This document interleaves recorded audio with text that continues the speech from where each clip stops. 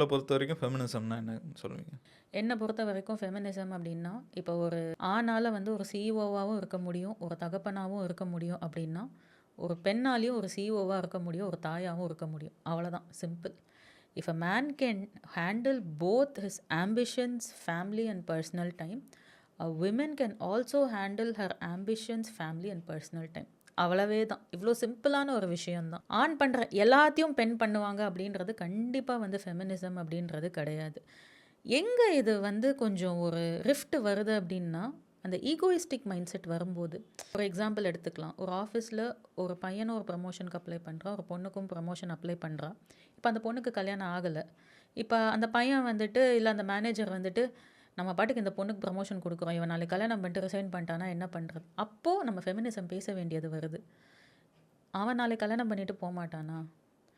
நாளைக்கு வந்து அவன் ரிசைன் பண்ண மாட்டானா? இல்லை எனக்கு இந்த கம்பெனியோட சேலரி பத்தலை, என் குடும்பத்தை பார்த்துக்க முடியலை அப்படின்றது. அந்த இடத்துல தான் நம்ம வந்து ஃபெமினிசமை ஒரு ஜெண்டர் பேஸ்டாக நம்ம ஒரு ஆப்பர்ச்சுனிட்டியை அங்கே குறைக்கும் போது மட்டும்தான் நம்ம ஃபெமினிசமை ஸ்ட்ராங்காக எடுத்து வைக்கணுமே தவிர, மற்றபடி காத்தால எந்திரிச்சதுலேருந்து நைட்டு தூங்குற வரைக்கும் எல்லா ஆக்டிவிட்டீஸ்லையும் நம்ம லிஸ்ட் பண்ணணும் அப்படின்ற நெசசிட்டி கிடையாது. ஐ திங்க் கரண்ட்டாக இருக்கிற ட்ரெண்டில் வந்துட்டு எல்லாத்தையுமே அந்த மாதிரி பார்க்க ஆரம்பித்ததால தான் ஃபெமினிசம் அப்படின்றது ஒரு நெகட்டிவ் ஸ்பேஸில் இன்றைக்கி வந்து போயிட்டுருக்கு.